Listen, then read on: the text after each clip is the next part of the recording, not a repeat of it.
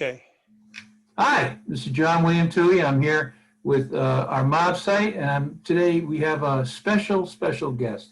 I have been blessed and lucky in my lifetime to know a lot of remarkable, decent, brave people. Some well-known, most aren't. Our guest today, Jack Garcia, former FBI agent Jack Garcia, is in that group. It is an honor. I call him a friend. It's an honor to have him as a friend. And I really want to bring out this story today. And of course, I'm being rude. My co-host, my associate, Camillus Robinson, crime writer. Glad to be here, John. And Jack, glad to have you. Thank you. While we're here, let's give Gary a wonderful plug. What's the name of your... I do a lot of work with Gary Jenkins on Gangland Wire. He's been at it for about 5 years. Really one of the best out there as far as interviewing people and getting a lot of truth out there to the street life and what went on in the trenches in the gang war. So it's really a lot of fun, and I highly recommend it. There's a big write-up for him in the Cleveland paper, and I posted it today. Absolutely. Welcome. Thank you. Thank you for having me. I really appreciate it. Good. You know, what I want to do is just walk our way through, but first let me give folks, before I'm going to hand off the undercover stuff to you, if that's all right. I'll get you started. But I do want to go over your background, which is fairly amazing. You were born in Cuba, pre-Fidel Castro Cuba. Your parents obviously are Cubans. The revolution came, and Castro was jailing and murdering people and so forth. And so you left with your family at 1962. 1961, November of 61. So you lived there for quite a while. It was 9 years, and I lived in communism for about 3. Yeah. I'm curious, did they escape in the sense that we Americans know it? Well, my father did. My father was aided by the FBI attaché office, and he left in the cover of darkness. And I remember my father vividly kissing us goodnight. And then in the next morning, the stormtroopers came in looking for my father. And we had to vacate and go to my grandmother's house. Yeah. So we lived in the U.S. for about 2 years while my father migrated to New York, where he worked 3 jobs trying to raise enough money to get us back. Yeah. Now, what happened is, of course, Castro was accusing everybody of corruption and everything else. My father, like a year later, the same soldiers came back and said, "We've cleared your father. We are now want to welcome him back and join the revolution." So my mother relayed that to my father. Of course, I'm sure the phone was bugged. My father said, "Absolutely not. I'm getting the money here and I get you back." And finally, he raised enough money working at Hotel Lucerne in New York City, working in a stock room and doing just menial type work when he was, an accountant and ran the accounting department for Cuba. Wow. So we finally came to America. We went to live up in Washington Heights, New York, lived there for a little while, and then we moved to the Bronx. Let me stay there for a moment. My understanding is you could ransom people out of Cuba, right? No, you could. Yes, at that time, you were allowed to leave Cuba with the money for what it cost. Then after that, he stopped that and made you go through Spain, and it will come to the States. So early on, you were allowed to leave the country. Yes. What I meant was I heard that people who were in the U.S. could send a lot of money to the Cuban government, ransom, and they'd let you go. Well, I don't really, be honest with you, I never really know the exact details, but I do know my father had raised enough money for us to leave Cuba, which we did in November of 61 and joined our father. One last question was, what did he do that he had to run like that? He worked for the accounting. There was a thing called contabilidad that ran the country, and he was in charge of that particular unit. We had a driver that was assigned to my father during those times. So being involved in, I guess, the money, the finances and all, he was the first that they point fingers at. And then, of course, later on, like I said, he was cleared, but my father had no trust whatsoever with Castro. And that's why we decided to come to America. And by the way, we didn't speak a word of English. It was more like we came here with the clothes on our back, Yeah. and we went to live in in Washington Heights solely because my father had a job.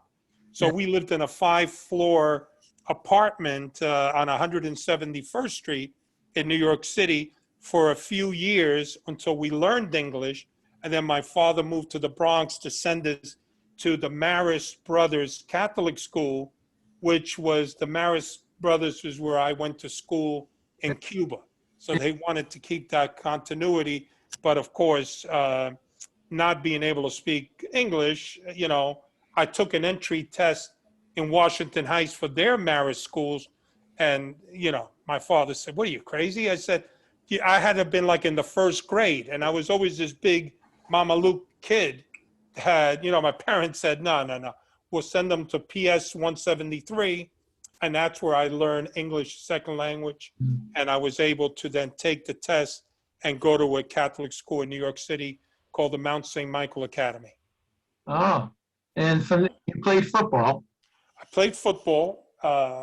From there, I went on to college. I first went out to Texas because my grades weren't good. So I went to West Texas State University. They changed the coaching staff. I went to a junior college at New York called Westchester Community College, played football there. And then I went to the University of Richmond. I was redshirted my first year, and then I played my junior and senior year and got out.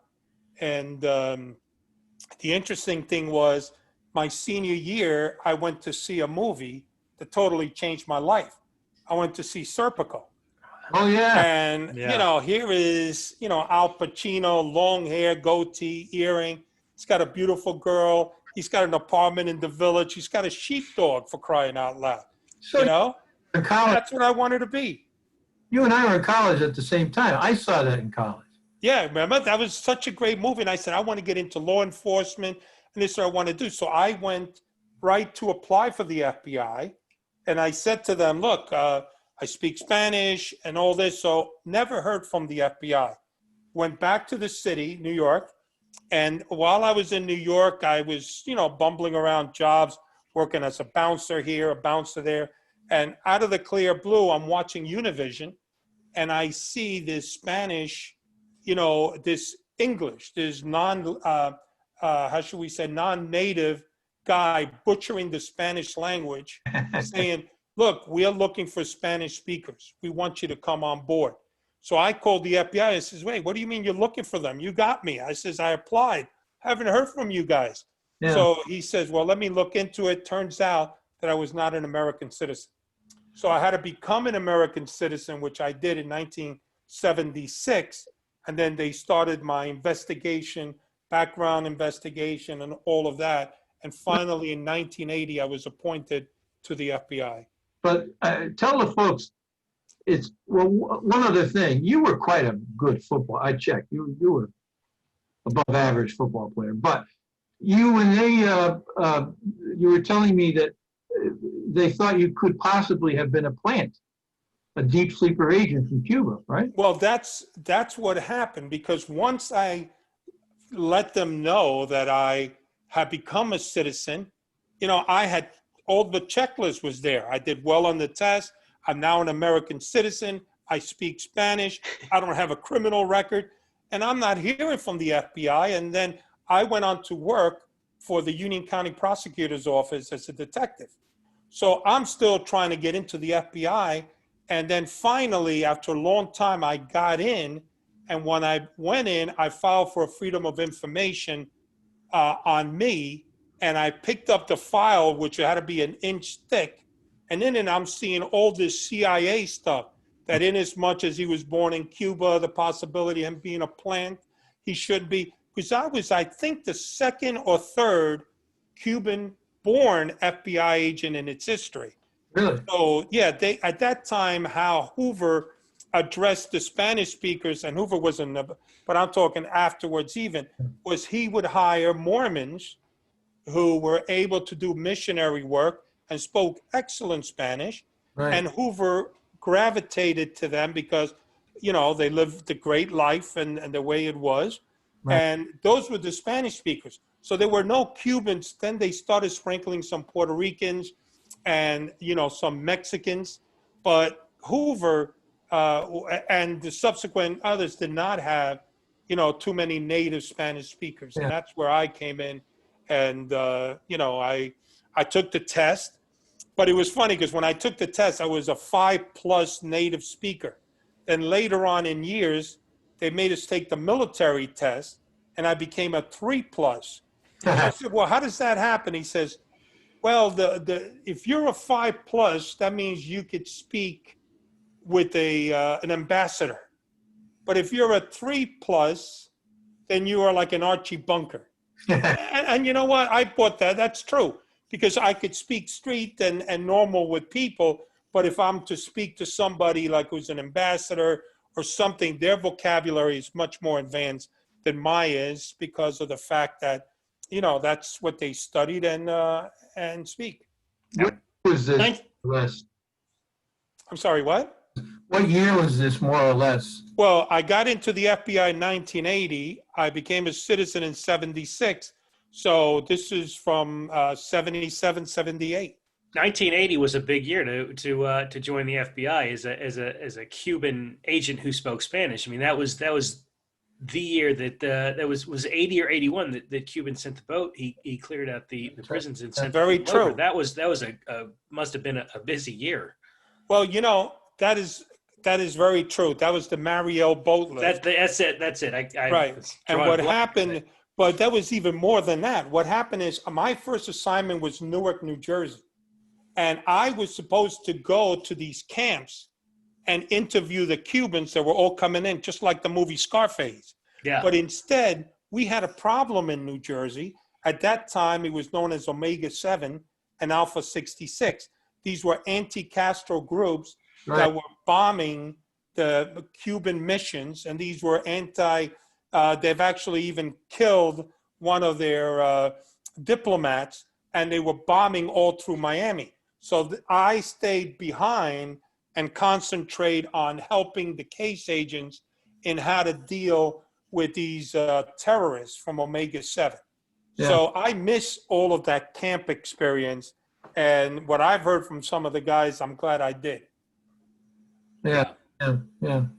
So you're now in the FBI, you've gone through training. I know we'll talk about it. You had other assignments, but someone put it in their brain that you should go underground as an Italian American, I guess, right?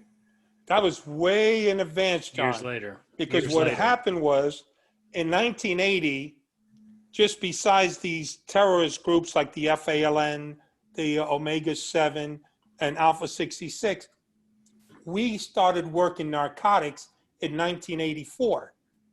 Now, that's when we then started working either jointly or separate with DEA, which was the other agency. But at that time, the FBI did not mirror in the demographics in our society. So a lot of guys look like FBI agents. Yeah. They all wore 3-piece suits. They had the Thousand Eye shoes with the little dots on them. They wore fedoras. And then I'm from the Bronx, I grew up in Washington Heights. So I'm like a whole different element, and I spoke Spanish. So right away I started working dope. So I started working narcotics, and we were just learning all of that. And then we found later on that there was these agency competitions. You ask a DE agent what they think of us, I'm sure it's not good. But then you ask us what we think of them.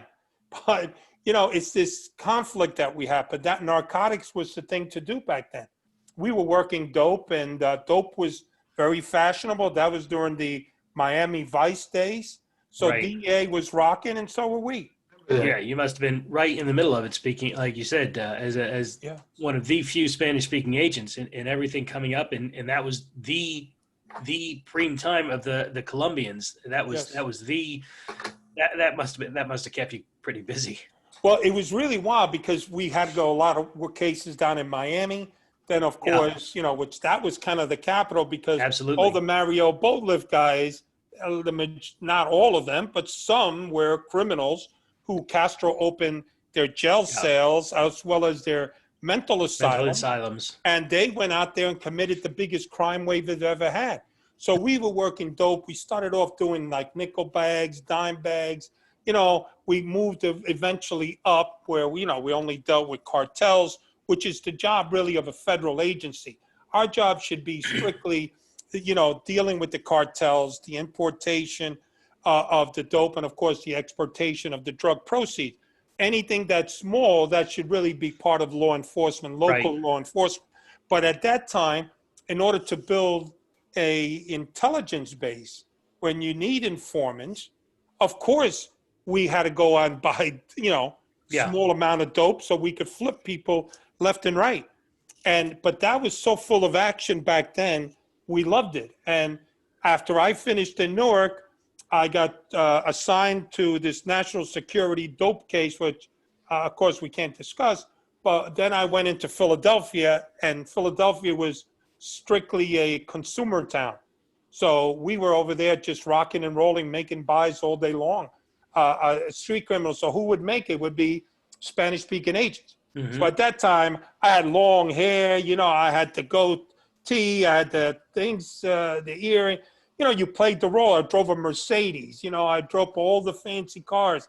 But that's what we were doing. We actually created a business front with an informant that changed money, the 10s and 20s of the street, into brand new $100 bills. And the reason why that was attractive was because it didn't contain the residue. So we would charge them 8 points to change it into brand new 100. Then we initiate a strong surveillance and figure out where that money is going back. Yep. So we could eventually, through independent probable cause, go hit that house, and we identified the drug cell. So we got over 100 guys that we locked up in this particular case called Metroliner, and then we seized God knows how many kilos, but millions and millions of dollars, and they were all the $100 bills because that's what they wanted. Not only because it contained the dope, but you can concentrate them. You could take $1 million in a duffel bag, it's stuffed in 20s. Yeah. But when I give you $1 million in hundreds, I could put it in a briefcase. Yeah. Now, So Jack, that was the attraction.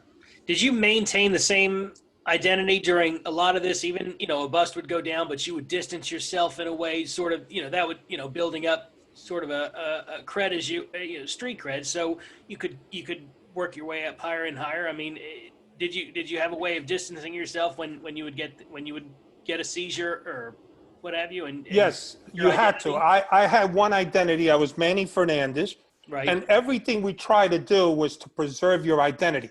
So we try to remove it. So meaning when I'm changing money, right, from these dopers, or I'm buying dope from them, okay, that's where the great efforts of, this is why it's so important to say, FBI, they're not one person. It's a team.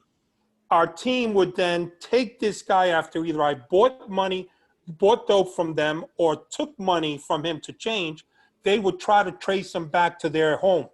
Where are they location? Do the intelligence and try to develop independent probable cause through other informants to target that individual and take them off the street without compromising my identity. Wow. Because otherwise that'd be a one-hit wonder. So here was the case. We had over 100 guys, but we locked up so many other peripheral guys during the course of it because our team, the guys on the FBI, were so good and covert that they were able to say, okay, we got that house as a stash house. Maybe they develop probable cause and go up on wires on it. Then they set up independently and take dope off the street. I mean, we were aggressively targeting drug trafficking. But what made it sad is as many guys as we took down in Philadelphia, which was in 1985, 86, you would think that the dope really, we put a damper on it. But the next day was business as usual. Yeah. That's how much dope there was in America. I saw dope prices go from 17 to or 15,000 for a kilo of pure cocaine, up to 37. So it was kind of like the stock market.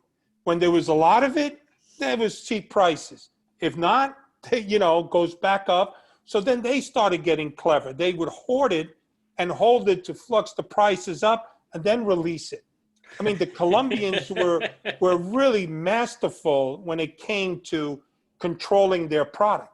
And they are so compartmentalized that even though you take one person, like I've done deals where I've traded because our informants are very, very good. You need to have informants. There's no such thing as a great agent or a great cop.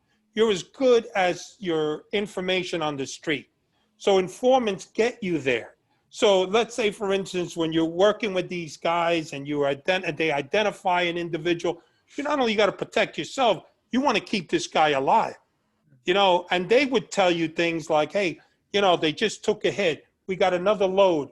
We would target it. So it was very important for us to develop that intelligence base through the use of informants, because without the informants, we really, law enforcement would take a hit.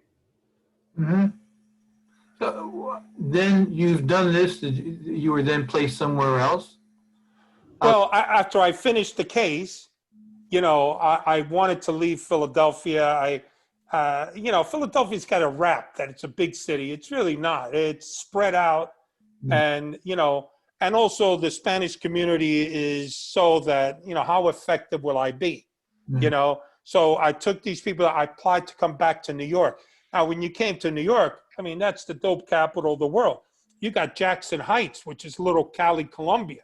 I mean, you got Washington Heights, which is all Dominicans.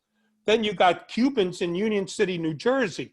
So it's a very, it's a very big hub when it comes to cartels to and work with. So we went from a guy who maybe deals in 50, 60 keys a week of coke to guys that were bringing in tons and tons of coke, because New York was that big. You would have guys who would be distributing.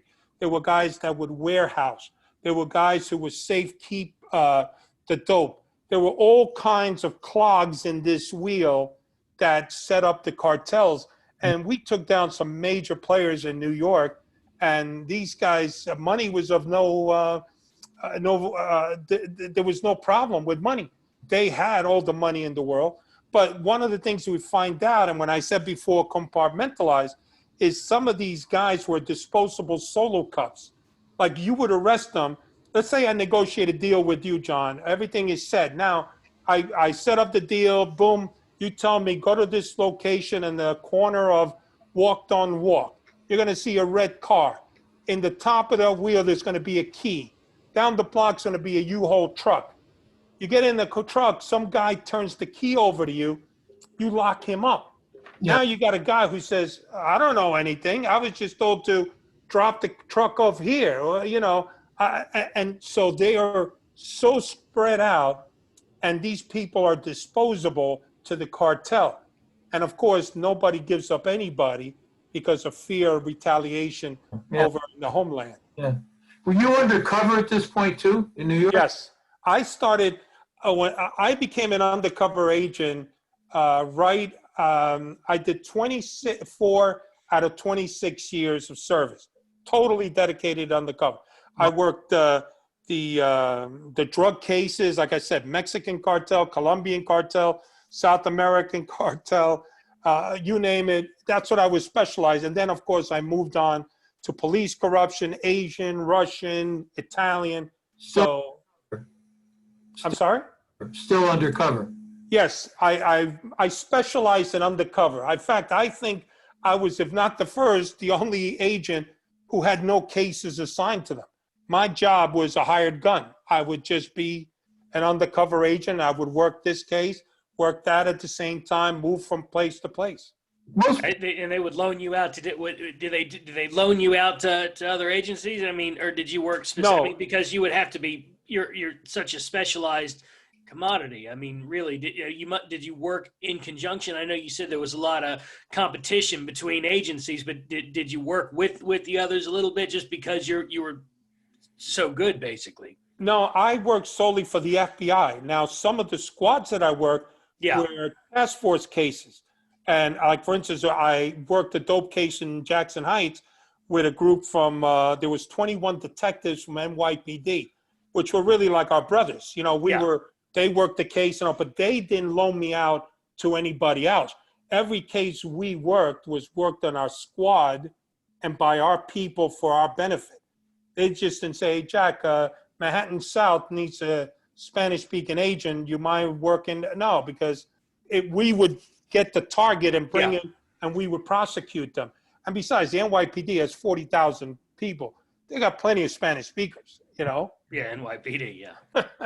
And I don't know, most people don't know. So in the FBI, you have sort of a career track. So you're an expert undercover, and then another guy would go into administration, as an example. Another, is that right? Is that how it? Yes, there were guys who went into surveillance. They were master surveillance agents. That's all they worked, surveillance. They moved from one case to the other. There were guys who specialized in bomb squads, in the SWAT team. My specialty was solely working undercover. Now, let me not say to you that it's not really as rosy as it sounds. It also depended on the supervisor. Some supervisors felt that, hey, you work for me, nobody else. But I was fortunate towards the latter part of my career to have a supervisor that had no problem of saying to me, listen, I don't care if you go down to Miami and work with a case on the FBI, but if I need you, or if we got a case going, this is home. Yeah. And I respected that. But he would let me travel to New York, Atlantic City, and all these places to do it. But I've also worked briefly with some supervisors that say, you're staying here, you work for me, that's it. Jack, we were talking about, some friends and I were talking about you and this. You know, how frightening must it be? I mean, you were born and raised in Washington Heights. You know, New York is dense, but it's also a small area in a lot of ways. You did Washington Heights, and then you were in some cities over and over again as different people. Manny in Philadelphia, was it? So should you go back? I mean, you have a particular look. Weren't you ever terrified? Well, hey, Jack.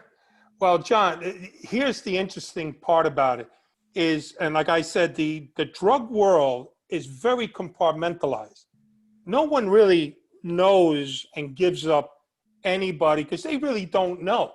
It's just so many layers of it that they don't go around and say, hey, listen, I ran into this guy and this and that. Okay, that's the mob world. See, in the mob world, I found it to be totally different because with mobsters, as you guys know, if I'm on a surveillance of a mobster and I lose him, I tell you, I'll just drive to his Gumad's house. I just drive to his house. I just drive to the social club and I'll find them. But these guys, when they pick up heat, these dopers, they're gone. They'll just, cartel sends them to Los Angeles, sends them to Chicago. So because of that, the fact that how I am and all of that, no one really knows. All the cartel cares about, and they have all these lawyers on their payroll, is how did the FBI get us? And every time we arrested somebody, we would get the attorneys calling in and saying, tell us what happened with the case here. Of course, we wouldn't tell them. We refer them to the United States Attorney's Office because they want to know how did that happen? How did they make the mistake? Mobsters, however, are always talking. And if you send a mobster to jail, that's kind of like a trade school for them. They go out there, they talk, they work out, they establish connections and all of that. But you can't just show up in the mob and having worked another mob case without somebody knowing, because that'll get around. Like, who do you know? Who you with? I only was successful in infiltrating the mob. Again, getting back to the valuable informants. Without that informant vouching for me, at least getting me in the door, and maybe my experience and the way I handle myself, I was able to move to the next level. But if not, they're just distrustful, very cautious about meeting anybody. Yeah. Most of the people they know are, as you guys know, is kids that they know in grade school, high school, neighborhood kids. And all of a sudden I show up. Who's this guy? Where did he come from? Yeah. Hey, he's Joey's friend. Joey says he's a good guy. He's a stand-up guy. He's a knock-around guy. He's a good guy. And then you play by the rules and you do the right thing. You keep your mouth shut. Yeah. You are a guy who, by the right thing, I mean, like all mobsters, if once you get put on record with them, because that's when you really are connected, when they say, okay, you're on record with me. So that just simply means that I own you now. You can't be owned by somebody else. So what do? You give money. You kick up. Money, as we all know, in the mob flows upwards, never down. So of course I keep going. Like I gave the illusion of creating crime. I didn't commit the crimes. Yeah. I would say, look, let's say I was working the dirty cops in Florida, which I did. I say, I got to go to Miami. I got something going down. Sure, no problem, Greg De Palma would say to me, the captain. I go down there, work that case, whatever, come back, I give him a taste. Give him a little money, an envelope, hey, this is for you. Well, how'd it go? It didn't go. Of course, you as a mobster are out there to make money and kick it up. So when I said I had to go to Atlantic City to do some, I would come back with an envelope. Yeah. I would come back with all, and I would be available for them 24/7. Because that's another important thing.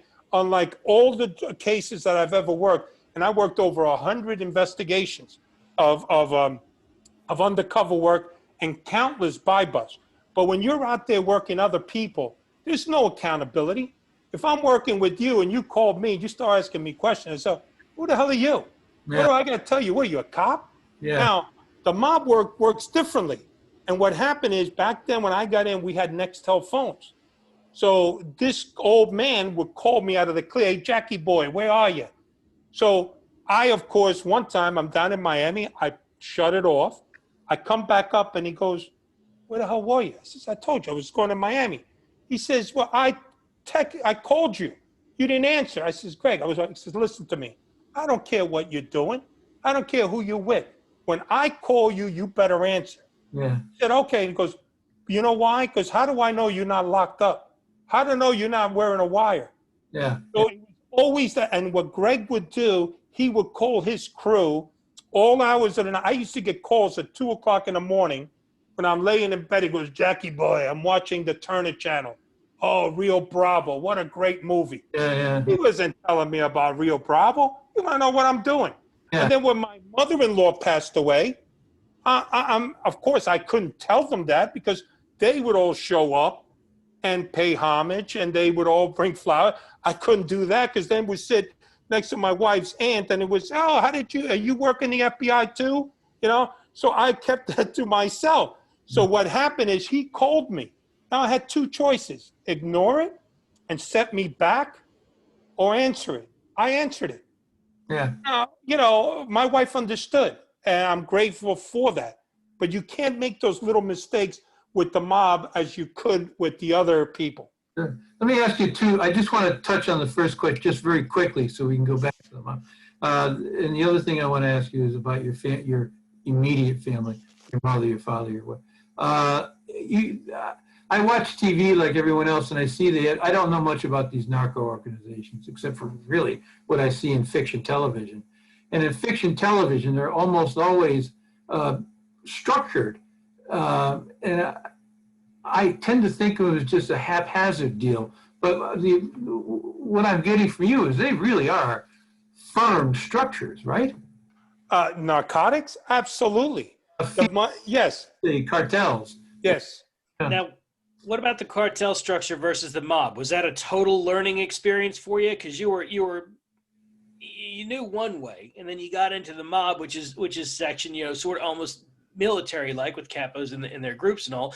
But how much of a learning curve was that going from a narcotic power structure to a mob structure? And what are sort of the differences? Huge. Yeah, it was huge because once you're compartmentalized, what happens is you have your cartel boss.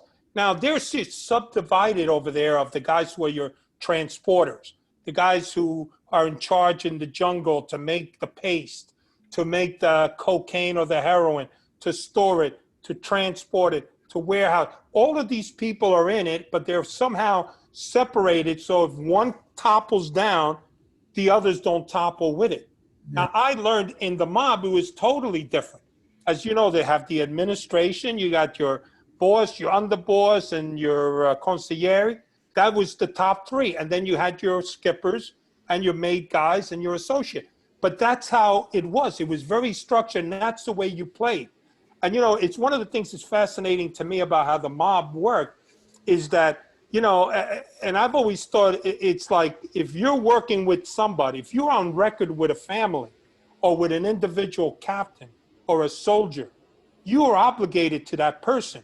You can't be doing a side deal with somebody because once that finds out, now you got a problem. Yeah.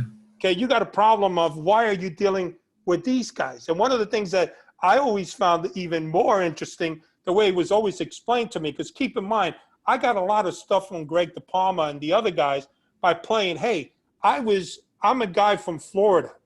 Okay, I grew up around Cubans. Okay, I even had informants of mine who I've had as drug dealers possibly to cover for me in case that proverbial shit hit the fan. Yeah. Okay, so I had to do that. I had to be prepared. So what happened was, you always got to play that role when you with the guys and like in the mob, and you guys would know, and I found it fascinating. If I am with another Gambino, and there's a guy over there who's the Colombo, and hey, I need to talk to this guy about something, okay? You don't go up to him. Even a made guy doesn't go up to him and say, hey, how you doing? I'm with the Gambino, blah, blah. You don't. It's a secret criminal society. A third person who knows that person and you would have to make that introduction. And that introduction is, hey, I want you to meet Jackie Boy. He's a friend of mine. That tells the other person who's made, okay, that, hey, you could talk to this guy. He's on record with us. He's a connected guy, but he ain't one of us. Yeah. But if I say to, hey, you want to talk to Jackie Boy? He's a friend of ours. We don't hide anything because we all belong to this sacred, criminal society called the mob. Sure. So, but that is one of the things that you saw there repeatedly. And it was kind of funny. Sometimes we would go to dinner and a made guy come over, he'd go to the captain and he whisper in his ear, because it's none of my business. I'm not a made guy. Yeah. It's not anybody else's business. So they have these different rules, Yeah. unlike the cartels. And there is that pecking order where the flow is always up. And the accountability is constant with you. You have to make money.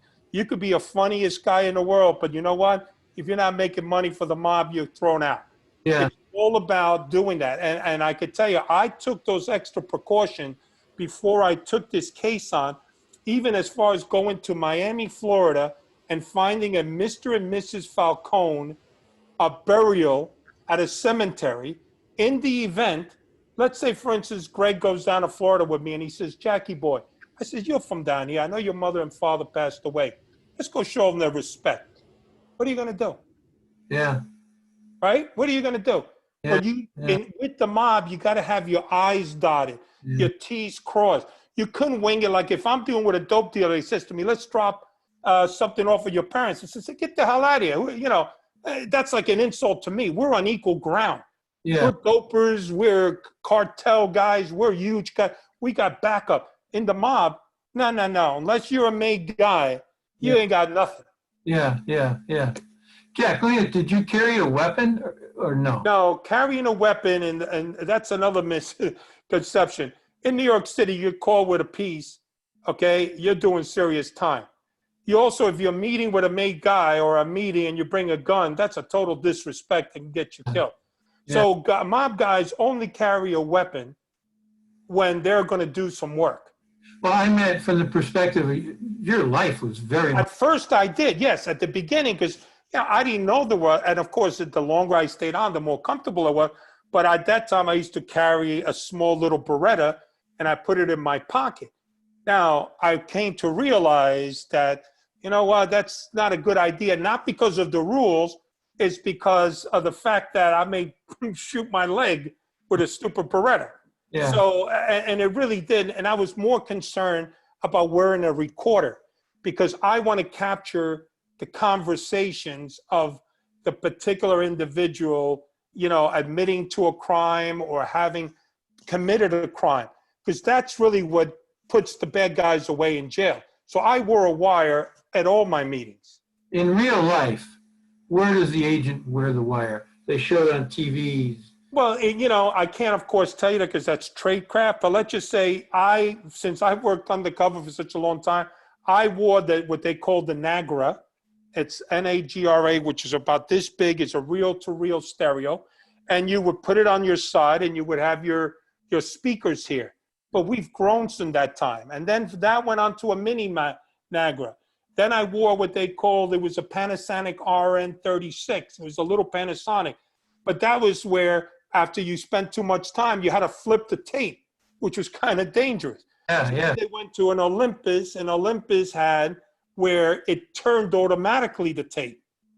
And I said, but the quality was never as good as the Nagras. The Nagras are really tremendous quality. I wore Nagra many times early in my career, but later on, we went to digital age, and we could just leave it at that. It's all digital now. Yeah. I want to talk to you quickly about you come from an upright Cuban family, Catholic Cuban family, nice people. They live, your mother and your father there. Your wife is your wife Cuban, by the way? No, she's Irish German.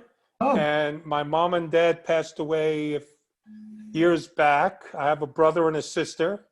Oh, And, undercover, they were alive.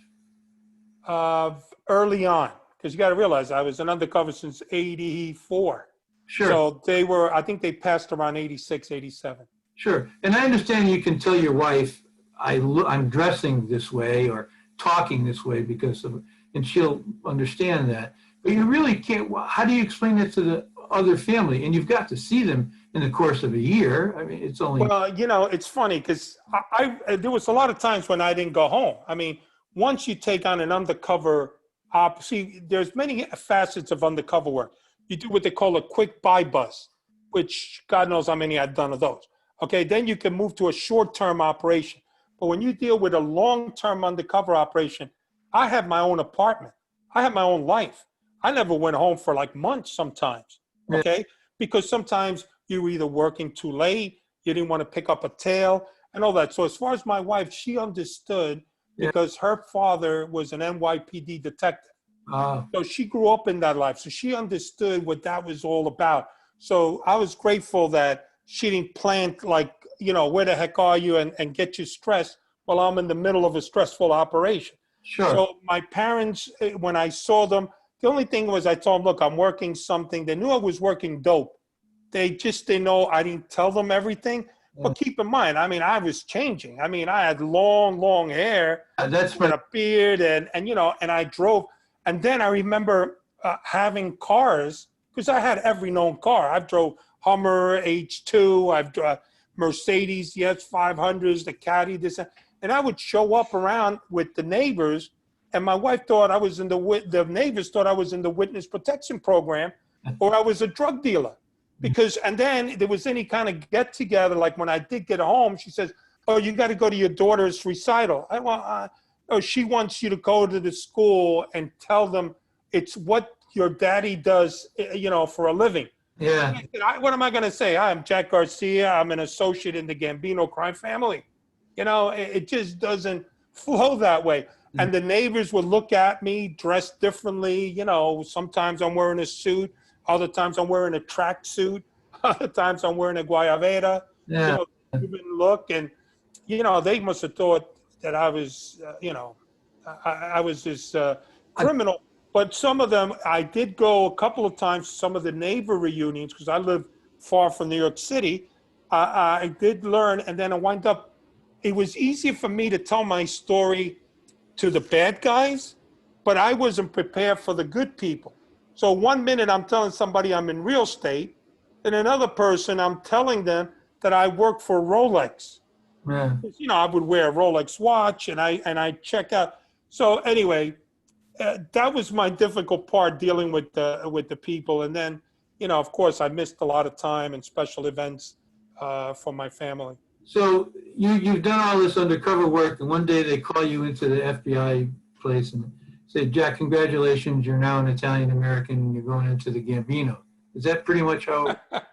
Well, it's almost that, John. What happened was I worked the Russian case with this Italian American, Natale Parisi, great guy, right?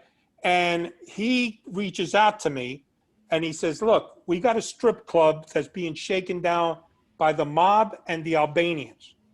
I says, what about, we're looking for an older guy, somebody with experience, to pose as a possible Italian guy.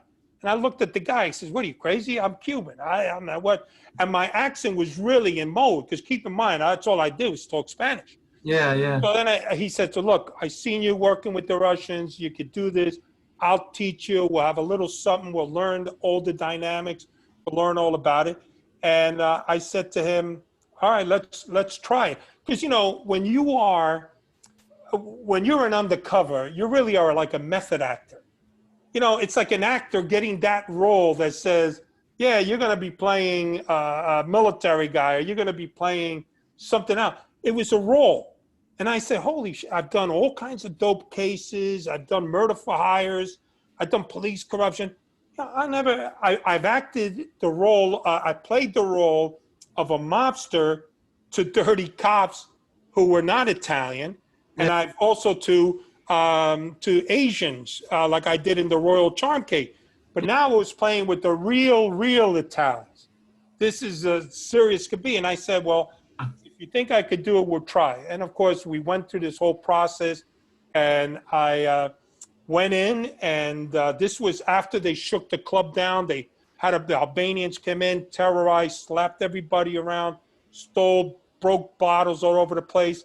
And then they said, we're going to start coming here every other day doing the same stuff unless you pay us $5,000 a month. Wow. So the next day, a mob guy shows up dressed in his beautiful Brioni suit, and he tells the owner, he goes, "Oh," he says, "I heard you had a little problem. I can make your problem go away, but you got to pay us." So that's when I came in, and I paid the mob guy 5 G's to keep them off, and then used the excuse like, hey, I would pay you more, but I'm part owner of this joint. But as you could see, we got no customers because the Albanians destroyed the whole place. Yeah. So he was more understanding. So we started working with this guy named Louis Filippelli. We were pursuing him and his crew. And then all of a sudden, out of the clear by comes Greg De Palma, who had been arrested on the score case. Yeah. He was shaking down score with John Gotti Jr. Yeah. And then he's reclaiming his place. Like, this was my place. This was my son's place. Because his son was also a made guy on the John Gotti Jr.'s crew. So we didn't want to hitch our wagon to Greg, because we knew while he was in jail, he tried to whack a guy that he got straightened out because the guy wasn't collecting money to give to his wife. So he gets caught up in this thing with ATF while he's in prison, but he goes to trial and he beats that. So now he comes out, and that first day out of there, he's already hidden everything. We said, no, let's leave this guy alone. He's got a bad rap. This guy's got a big mouth. Well, we started hanging out with the other, but our surveillance team kept seeing Greg De Palma meeting with the acting boss, with this captain, with that captain. Yeah. Then we said, you know what? This guy possibly could be the guy we want to hitch our wagon to for one thing and one thing only. He's got a big mouth. He likes to talk, and we like to listen. Yeah. Yeah. Greg De Palma was a really big guy. I mean, there's photos of him with Elizabeth Taylor. There's that famous photo of him with Frank Sinatra and Carlo Gambino. I mean, I think what you're saying is you realize that he was going to be the big fish. He was going to be the one that was going to really going to talk and really going to let y'all give y'all the most information. I mean, he was the guy running his mouth because he was the guy that enjoyed being the gangster. Is Yes. What I have sort of picked up is, I mean, you're getting your photo with Elizabeth Taylor and Frank Sinatra. You're the deep rolling gangster. You know what? You're so right. And that's exactly what we did. But Greg De Palma was a celebrity in Westchester. Remember, he owned the Westchester Premier Theater, just like you said. Frank Sinatra, Sammy Davis, Dean Martin, Right. Bette Midler, Dionne Ross, you could just go on ad nauseum. It was a mob joint that they blew out, stealing the hell out of it. So when we went out to eat, people who were respectable citizens would come up to us, and they would say, "Oh, Mr. De Palma, remember the great times of Westchester we love? Why don't you open up?" And Greg De Palma was a typical mobster, but he would say, "Let me see, hey, what do you do? Give me your card." And he would store that card, and his head was like how do I get into this guy's pocket? Because this guy was like, and I'm sitting in there eating, I'm going, run away.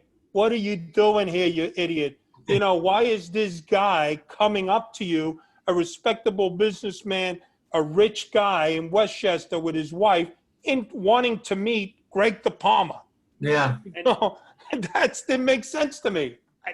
I think what a lot of people do, and as much as people like watching mob movies and mobsters know that. They know that people are fascinated, and they use that as a hook. Am I right? They know that there's a fascination, and that's part of the con. That's part of the hook. Is they know that they are fascinating to square people. They know that they are a draw, and they play up that role when they're around, like you said, a respectable businessman or a celebrity. They play that mob role, and they lower the brim of their hat, and they shift their eyes side to side, even they're in their own club, and they know that they are being the gangster in order to draw in that mark. Yes, and also what was interesting, sometime then, because that is so true, they're able to detect weaknesses in people and take advantage of those. And an example was Greg DePalma. I became his driver. So I would drive him everywhere, to meetings. I would drive to pick up monies, shakedowns here and there. And by the end of the day, he's got about 20 or 30 envelopes. They're sticking out of his shirt, his pants. And he go meet some businessman. He goes, I ain't got 2 nickels to rub together. I need help. Because, and I say to myself, you got to be kidding. You got to have about 30, 40 grand on you right now. But he cries the blues because you always had to cry the blues to get money. The object is to get that money from that person or get that item that they deal in or a discount and then just take advantage of it. Again, but one of the things that said Greg, and I know Greg had a big mouth as opposed to the other mobsters, Greg went above the call of duty to kick up more money to the administration. His logic was some guys may give 10%, 20%. Greg will give 50, 60%. Wow. Because he knew if he got himself in a jam, they would not take care of him. They know that he was an earner. They know that he did the right thing with the mob. And that's how Greg DePalma was a smoozer. He knew, because technically he should have been in God knows, he should have been underground for years for his running his mouth, you know, but he always was a survivor. Yeah. Gotti was gone by then, right? Gotti was died, and Greg. Yeah. One thing about being with Greg, he told me great stories, not only of the celebrities, but he told me great stories about Gotti. He was in prison with John. He said he took care of John. He said he gave him a hat that said chief because John, and he would tell you stories about how he took care of him and all. His son, however, was going to come out, which was going to be great for us, but they decided to charge him with the Curtis Lewa. Now, John used to be, first of all, he loved Paul Castellano because Paul Castellano got him straightened out. But then after that, it became John Gotti. And I think had John Jr. come out, who knows what could have happened, if anything. But Greg was the kind of guy that in my company, he called Victoria and he just said, hey, how you doing? Just checking in, what's going on? So he was a very smooth politician. You know, he knew what buttons to push, how to navigate in that world. And, you know, and listen, he was able to somewhat overcome the fact that his son cooperated with the government in the Atlanta case, and they found him hung. And the reason they was hung, and Greg says that the marshals killed him. The story, though, on the street when I was out there was that he cooperated, and then Greg somehow worked and navigated the system in prison to confront him and embarrass him. Like, you not only embarrass the family name of DePalma, but you embarrass Cosa Nostra. And that was the time that he hung himself. But Greg was in total denial.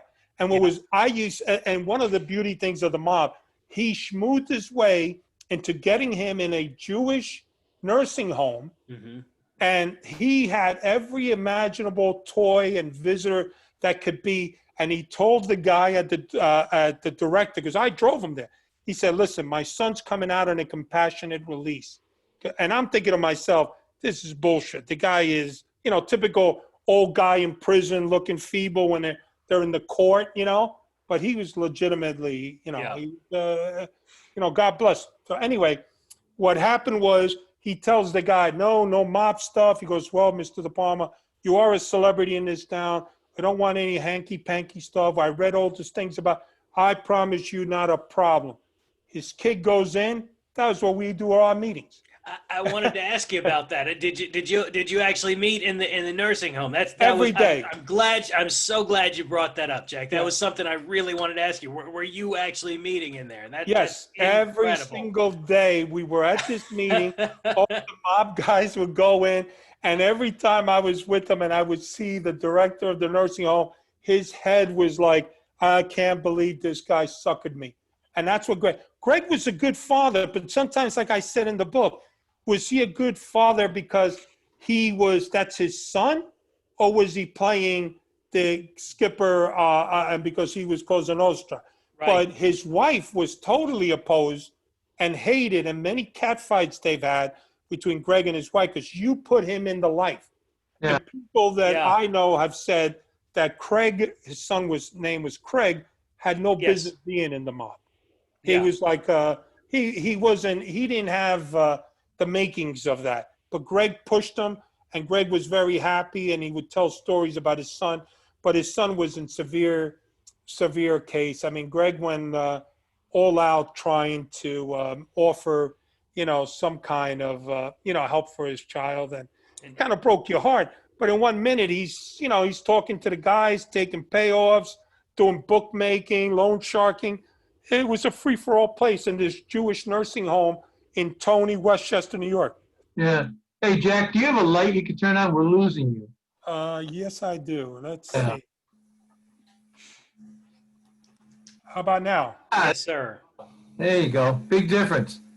All right. Fine. You look good. That's great. Yeah. Very handsome man. So Greg was a character. I mean, being with him, first of all, I hated it because he was just such a user and a demanding individual. But, he brought a lot of money. He was a big money maker for the Gambinos. I mean, going all the way back to that Westchester Premier Theater and God knows what other scams. And, but I know a lot of guys because I've met other family guys. I met Rudy Santabello. There was a lot of old timers, Patsy Scott DeLuca, who was with the Genovese. All these guys genuinely loved Greg, which was surprising. Some of the old guys loved him and really liked him, but the younger guys called him, blabbermouth, telephone, telegraph, and tell Greg, which was okay for us because we're taping him. But he had a reputation, and then he tried to change this whole thing about his son, and he would get very angry at those who would say anything. But a lot of people in the street, as you guys know, when somebody rats out, you lose credibility. And if your father got you in, your father also takes a hit, We talked to Kim, and Camelus and I talked to Nick Calabrese in Chicago. Right. Frank Calabrese, yeah. Frankie Calabrese, right. Yeah. And his father, of course, it's something of a similar story, but these guys, when you listen to him, and I'm hearing you about how he treated his son, they're sociopaths. They would even use their children to further their criminal careers. And in both cases, they did. They are. I mean, listen, it's an interesting world, that whole, it's a whole psychological study with the mob is, because they tell you rules and they break it all the time. Mm-hmm. I mean, Greg would tell me stories like, we had one of the guys took a tractor trailer that contained whatever, $200,000 worth of good. Now they find out that tractor trailer belonged to another family. So what happens is they say, okay, well, we got to do the right thing. You got to tell them. But they go back and say, we found this, but we only sold it for $50,000. So they're, of course, lying to that. And then you say, but you take 25 and we take 25. Yeah. We did the work. Right, exactly. It's always a hustle with the mob guys. And I would see that all the time. I mean, with Greg DePalma especially would tell people, and guys that he would consider his friend, he would betray. I mean, look, one of the guys he spoke was about Leroy Neiman. I used to go with Greg, drive him to the city, went into Leroy Neiman's house, and while Leroy Neiman Greg's angle was this: he would buy Leroy Neiman for artwork at such a bargain basement discount. The sports guy. Yes, the sports guy. He would buy it so cheap, but he would have a customer lined up. So a customer is willing to pay, let's say, 70 grand. Yeah. Greg will get it for like 20. Yeah. So when he's in there buying it for 20, okay, he's then going through the drawers, because the guy had a house with the office in it, and he would fold up the artwork, put it in a bag, in one of those tubes that he brought with him, and now he's robbing 5 or 6 things with him. Yeah. But that was him. Another time when we went to get some framing done, we're walking out, there's a little Webkins, these little toys, stuffed dolls toys. Greg is putting them down his pants. I go, what are you doing? So he goes, I can't help myself. This is what I do. See, that's their life. That's what it's all about with them. I was interviewing a guy that you know. I don't want to hear from him again, so I'm not going to mention. He was a Bonanno thing. We went to a deli near my house at lunch. And we were there a long time, and it emptied out. It was me and him, and all the tables are empty, and the waitress hadn't picked up the stuff yet. Somebody had put down a 20. So he gets up. You know what he did? He Took the 20. left 5. I live here. You know, Yeah, well, listen, that's the nature of the beast. and I know in fact that he was a multimillionaire. He didn't need that $15. It doesn't matter. It doesn't matter. Although every once in a while you get a guy I met was this guy DeLuca. He was from the Columbos. He's a captain. Very generous guy. I mean, they are far and few, but most of the guys that at least I dealt with were all cheap tightwads, you know.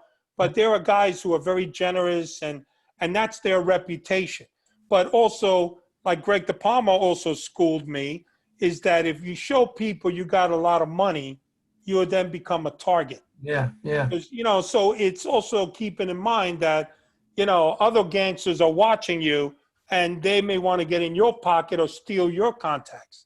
Yeah, yeah. Whenever you're in the criminal world, I mean, it's a predatory society. You're surrounded by predators. Just they have to be. They're not making money in a 9 to 5, so they're constantly, they got to survive, and the only way to survive is by preying on other people.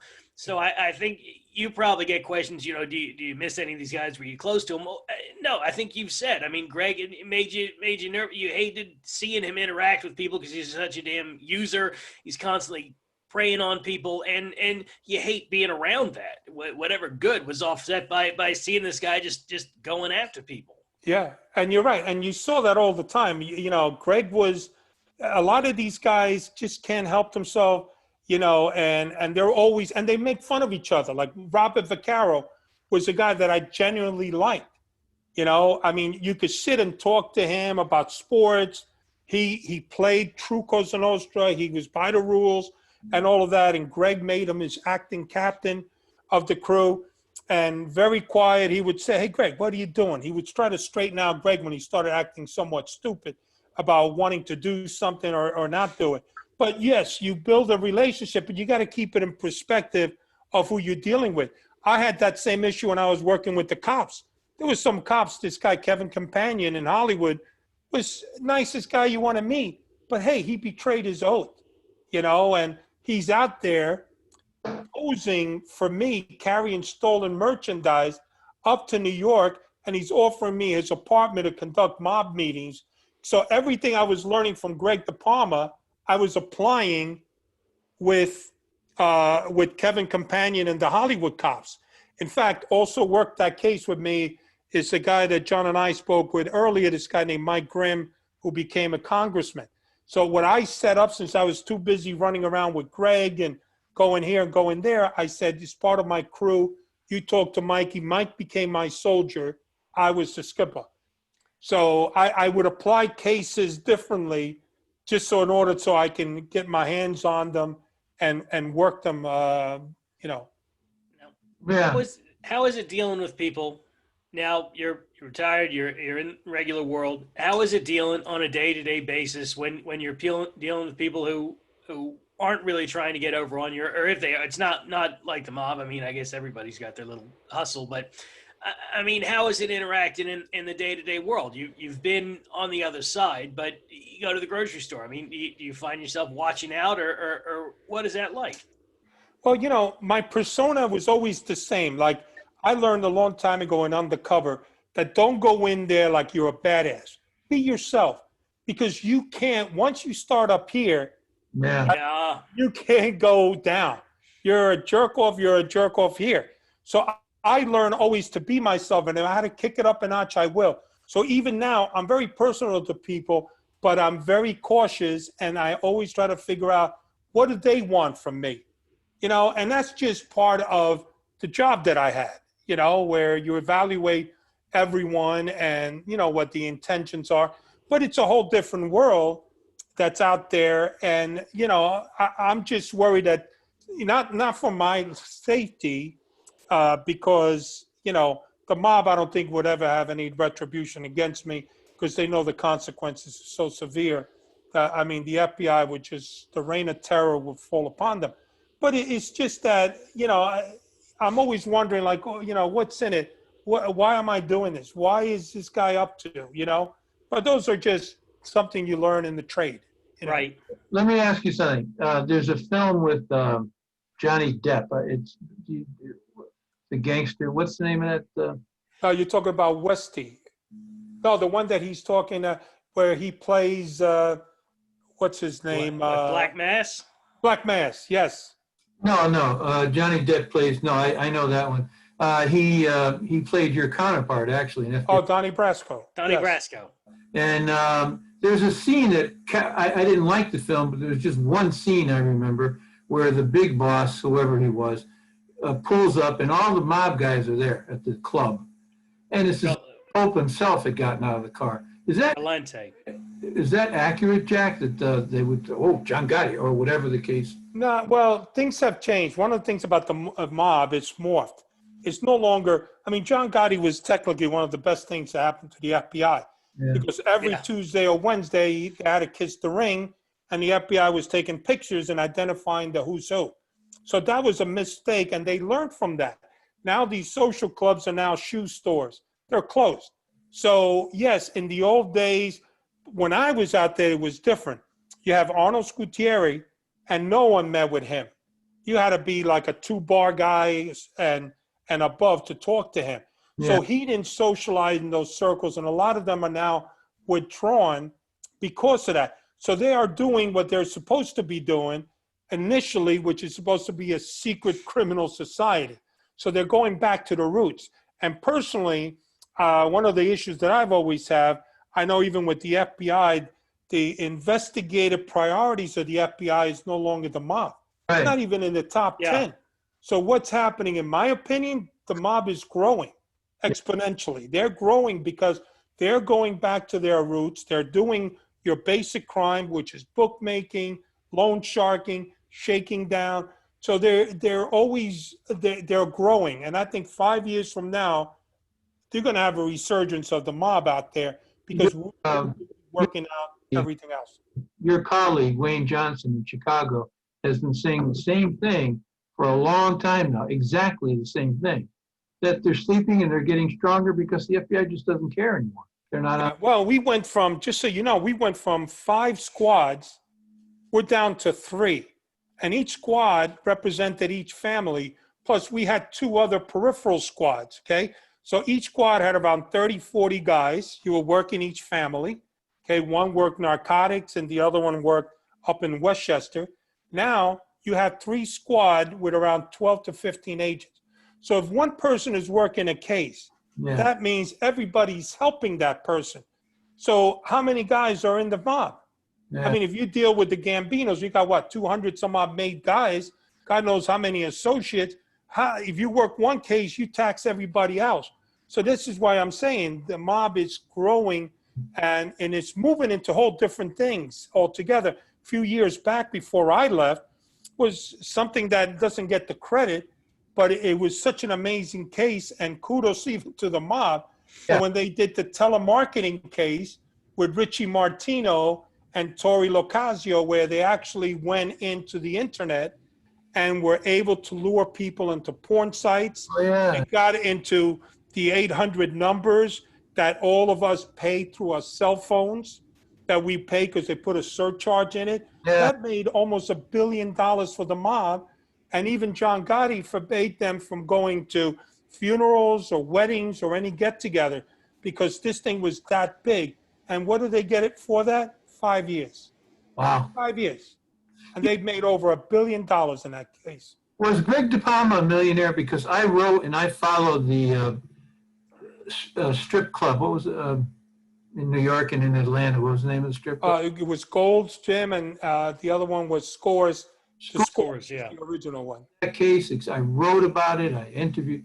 I couldn't believe how much money is involved in it. It must have been a spectacular strip club because there was millions passing hands. Greg DePalma must have been a millionaire, right? Well, if he was, he never showed it. Yeah. I know when he was riding high at Westchester, he lived in Scarsdale, which is an affluent community. I know his son drove a Ferrari, but they're also, mobsters are smart as well. They know attracting attention is bad for them because they know we're watching them. So a lot of it means is like, hey, they're not going to put stuff in their names because they know the forfeiture statutes. Yeah. So Greg, yes. Did Greg make a lot of money? Yes. Where is that money? Who knows? It could be at an aunt, a cousin, but he certainly doesn't have it. And some with these other guys. I mean, John Gotti made millions, but he also pissed off millions in betting and gambling. But here's the thing about John Gotti. If I'm a bookmaker and Gotti, who's the boss, comes and says, I want to bet 100 large on the Giants, and the Giants lose, are you going to collect from John? Yeah. You know, That's you're right. going to say, listen, no money was exchanged. You know, you didn't lose any, I didn't lose any, then we move on. So yes, a lot of them have money, but it's well hidden and distributed. Unfortunately, we have to tie it up quickly, but I wanted to conclude. So the mob considered to make you an offer to make you as a made guy, right?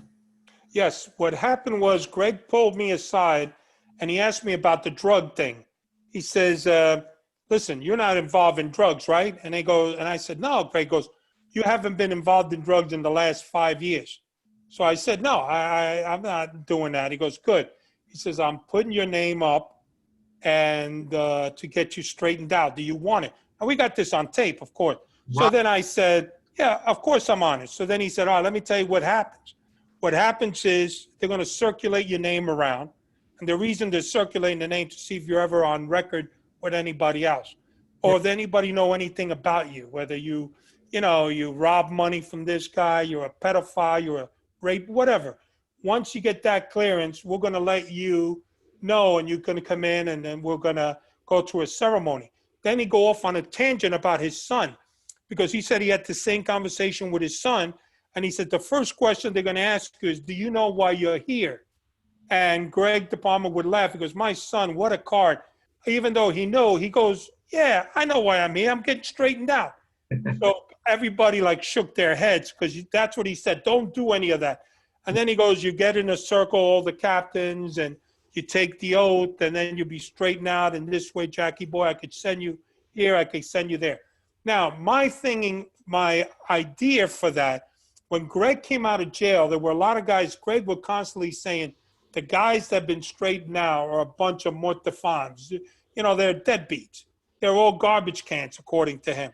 So I guess what he wanted to do is get about 3 or 4 guys on his crew to get straightened out so he could make more power to him. He viewed me as an earner. He viewed me as a guy, because what I would do is I would bring him watches and jewelry and diamonds that we got from the forfeiture vault that we had from seizures and white-collar crime, and I would tell him my crew were able to get it. So I would sell him a Rolex watch. I says, Greg, just give me $3,500 for this. Now, he sold that on the street, or his crew, for $8 or $9 grand. Yeah. So he saw me as this money maker guy, you know. He didn't know him, and that's what it was all about in the mob is, being an earner Guys who are knuckle draggers, guys who are hitters. I remember one time we tried it. He goes, I got hitters, but those guys are specialty guys. But they want guys who are going to bring money for the family. Yeah, yeah, yeah. So that you go back to the FBI and you say, they want me to be a mob guy. Is that when they said, well, all right, let's reel you in. It's enough. Well, no, what happened is, first of all, Hollywood's got this thing out that you got to whack somebody to get straightened out. That's not true. Okay. There are people who whack guys and get straightened out. Yes.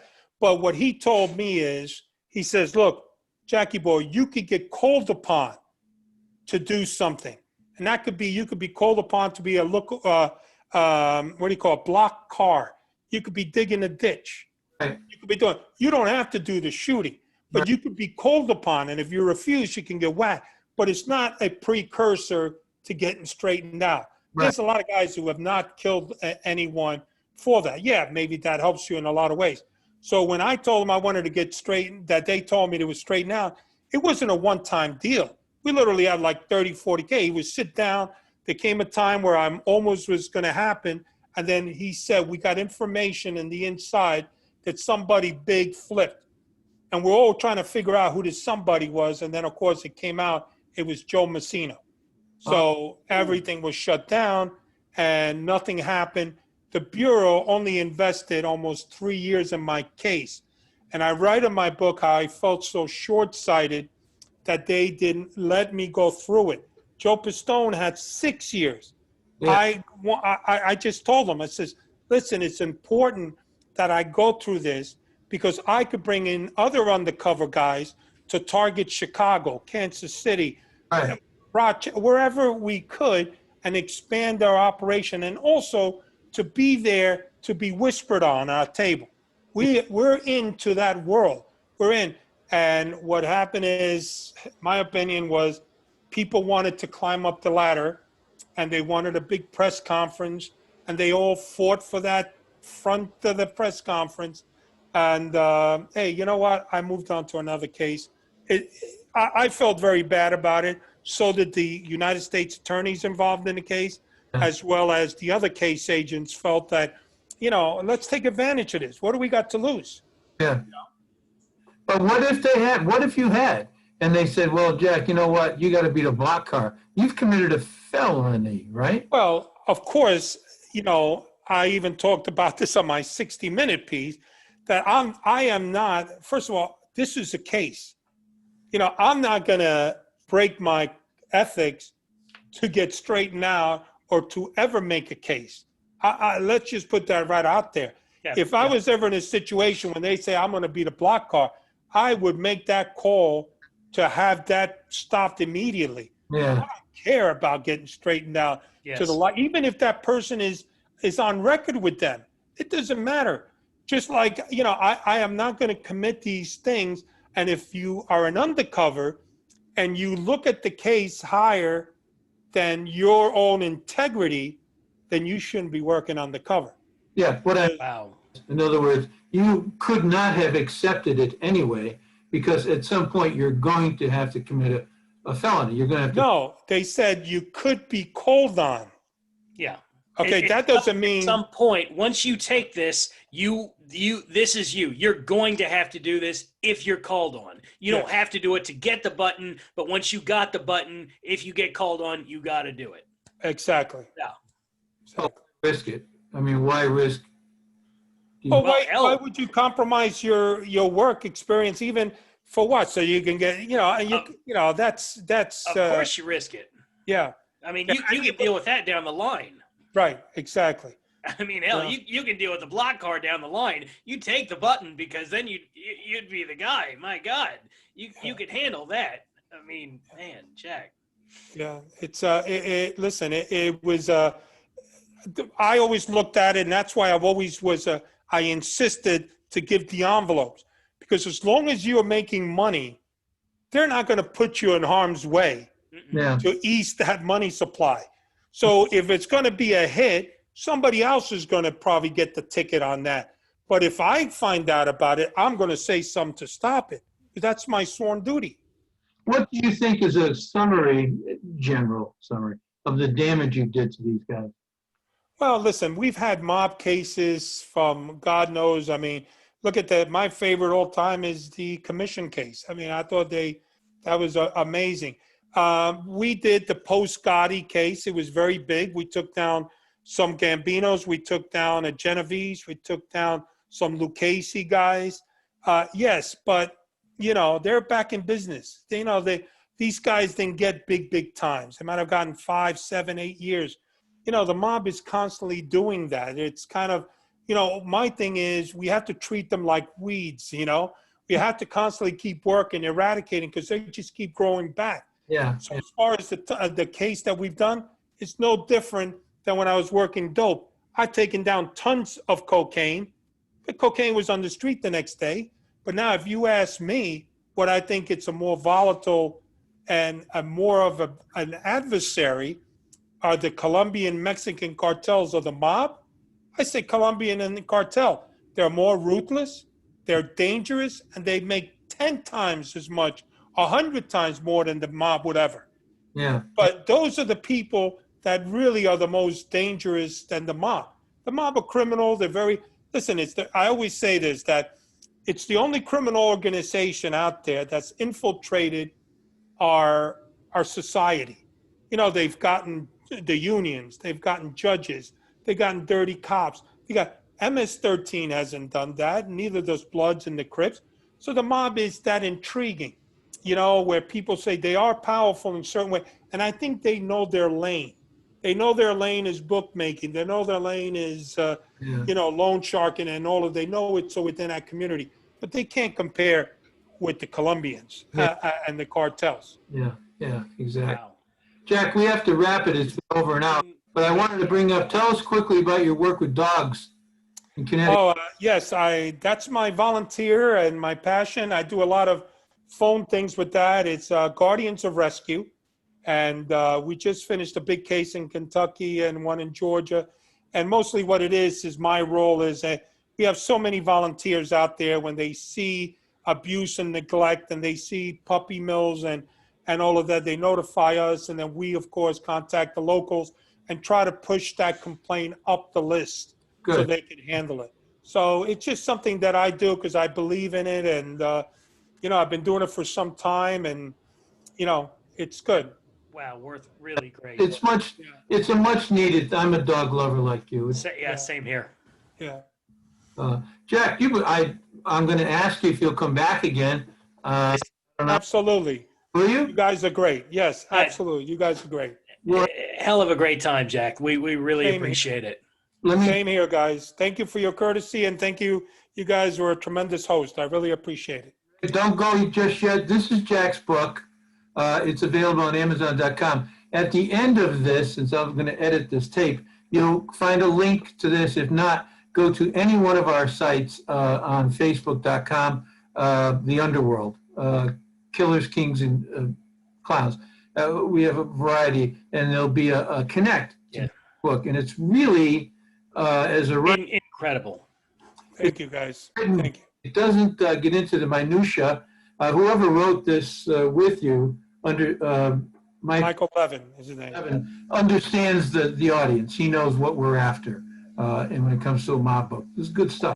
Thank you, guys. Thank you. All right. All the best. Have a great weekend, everybody. I'm off for dinner now. All right, brother. Take care, guys. All the best. Bye. Take care.